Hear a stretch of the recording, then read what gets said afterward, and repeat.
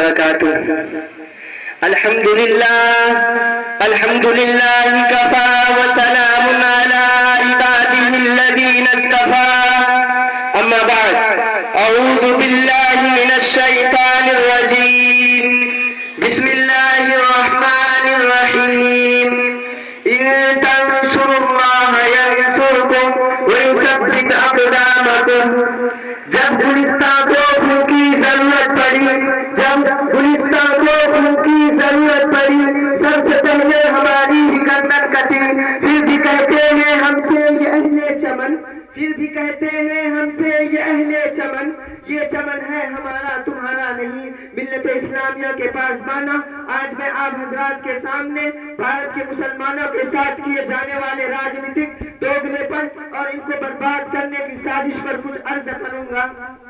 وہ بھارت جس کی آزادی کے باغوں کو مسلمانوں نے اپنے خون سے سینچا تھا، وہ بھارت جس کے لیے ہمارے باپ داداؤں نے جان کی بازی لگا دی تھی، آج اسی بھارت میں ہمیں طرح طرح سے ستایا جا رہا ہے.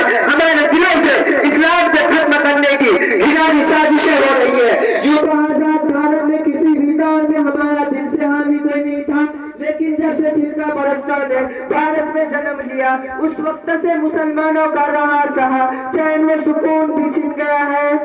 کبھی JSR جیسے مذہبی نعرہ کو لگانے پر مجبور کیا جاتا ہے، تو کبھی اذان اور حجاب پر وواد کھڑا کیا جاتا ہے. مدرسے اور مسجد لگاتار ان کی آنکھوں میں جلن پیدا کر رہے ہیں. لیکن شاید ان فرقہ پرستوں کو یہ معلوم نہیں کہ جب تک سانسیں چلتی رہے گی ہم اپنی کسی بھی اسلامی پہچان پر آنچ نہیں آنے دیں گے. ہم تمہاری دھمکیوں سے خوف کھا سکتے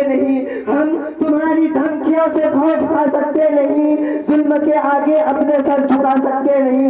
عزیزان گرامی، یہ وطن اپنا ہے، اپنے بزرگوں نے اس کے لیے ہر طرح کی قربانی دی ہے، اور آج بھی وطن ہمارا جان مانگے تو جان دیں گے، اگر وطن ہمارا مال مانگے تو مال دیں گے، اگر وطن ہمارا تن من دن مانگے تو سب کچھ دیں گے.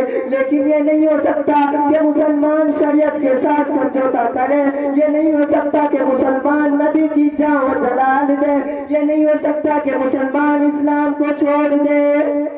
ملت کے غیور نوجوانوں، اب غفلت بھری زندگی کو چھوڑ دو، عقل مندی کی روش اختیار کرو، اپنے اندر انقلاب پیدا کرو، اپنی تقدیر کو سنوار لو. موت کی تقدیر خود بنائی جاتی ہے.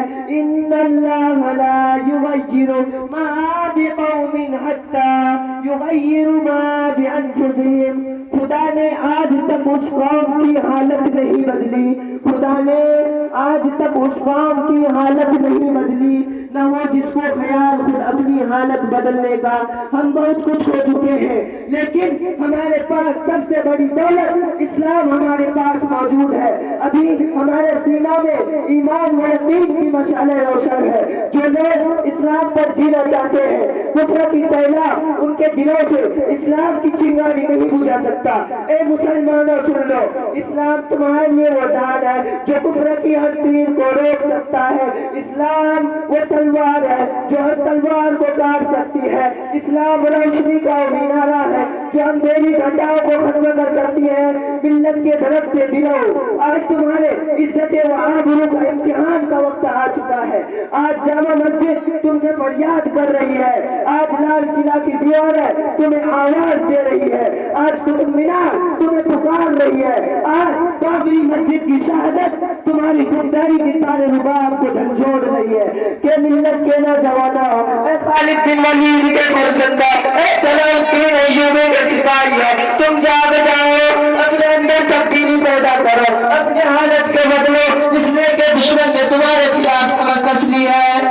فرقہ پرستوں نے تمہیں گھیر لیا ہے، طرح طرح کے دل بنا رکھے ہیں. اگر اب بھی نہ جاگے تو سیریا کے مسلمانوں کے طرف پیچھے جاؤ گے، عراق کے مسلمانوں کے طرف مسلے جاؤ گے. کوئی پرسان حال نہیں ہوگا، لیکن اس کے لیے ایک شرط ہے، وہ یہ ہے کہ پہلے اپنے اندر اتحاد پیدا کرو، کیونکہ ایکتا ایسی بیش قیمتی دولت ہے جس کی وجہ سے انسانوں کے قلت کے باوجود بھی دشمنوں کے بڑے بڑے جد اور دلوں کو دھول چکا دیتی ہے. بدر میں صحابہ کی تعداد 313 ہی تھی، لیکن ایک ساتھ ان کے پاس اتحاد و اتفاق کی فولادی طاقت موجود تھی، جس کے نتیجے میں کامیابی و کامرانی نے ان کا قدم چوما اور باطل کو شکست فاش ہوئی۔ لیکن آج ہم نے اس زبردست طاقت کو پامال کر دیا، آج مسلمانوں نے اس سرچشمے کو ضائع اور برباد کر دیا۔ کب تک ہم پامال ہوتے رہیں گے؟ کب تک شک کی سوئیاں کو برداشت کرتے رہیں گے؟ خدا کے لیے ہے مسلمانوں، اپنے اندر اتحاد و اتفاق کو فروغ دو اور اتحاد کی رسی کو مضبوطی کے ساتھ تھام لو اور نہ اتفاقی کا نام و نشان مٹا دو۔ اللہ تعالی ہم سب کو ایمان پر جینے اور مرنے والا بنائے اور اتحاد و اتفاق کی فولادی طاقت سے سرفراز فرمائے، آمین۔ وما علیہ الا البلاغ۔